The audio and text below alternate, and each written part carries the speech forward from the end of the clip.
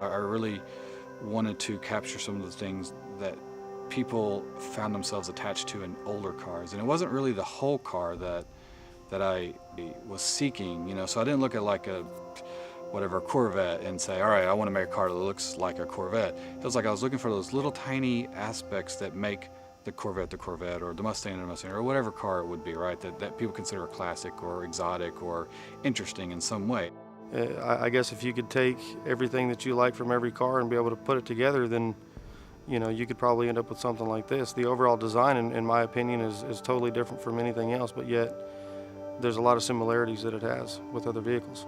What I like about the Blade is it's bringing that power like all your supercars, but it's also bringing the technology side and the luxury and everything. I mean, we've got this brand new dash setup that's all digital and nice big 17-inch screen that monitors everything. It's running the 5.0 Coyote motor with twin turbos that's going to be pushing anywhere from 750 to 800 horsepower.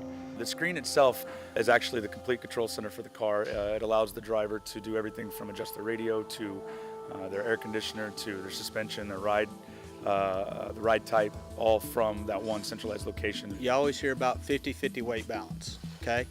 This does it for you. Get in, initialize the car.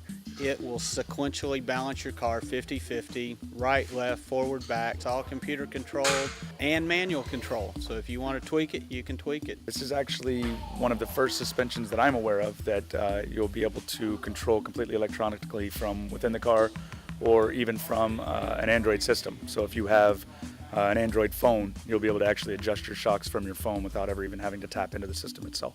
I mean, I've seen Vettes and Vipers, and they look cool with all their little gizmos and gimmicks, but nothing that we're seeing that we're putting into the Blade.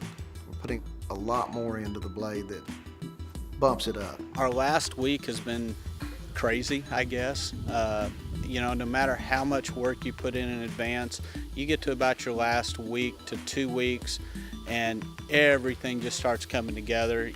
We're going through a one-day, basically a reassembly of the car and trying to get as much on the car as possible before we send it out to get the finishing touches on the bodywork. We've got the suspension in, we've got it finally installed. We've been waiting on that for a while.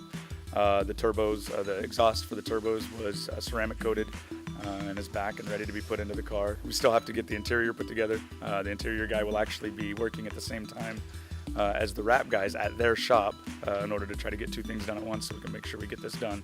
Once we get it back from that, we have about 3 days prior to leaving for SEMA that all of the last minute things go in, the computers go in, all of the tires get to go and be polished and put on. We're hot and heavy at it, but we're ready to go SEMA.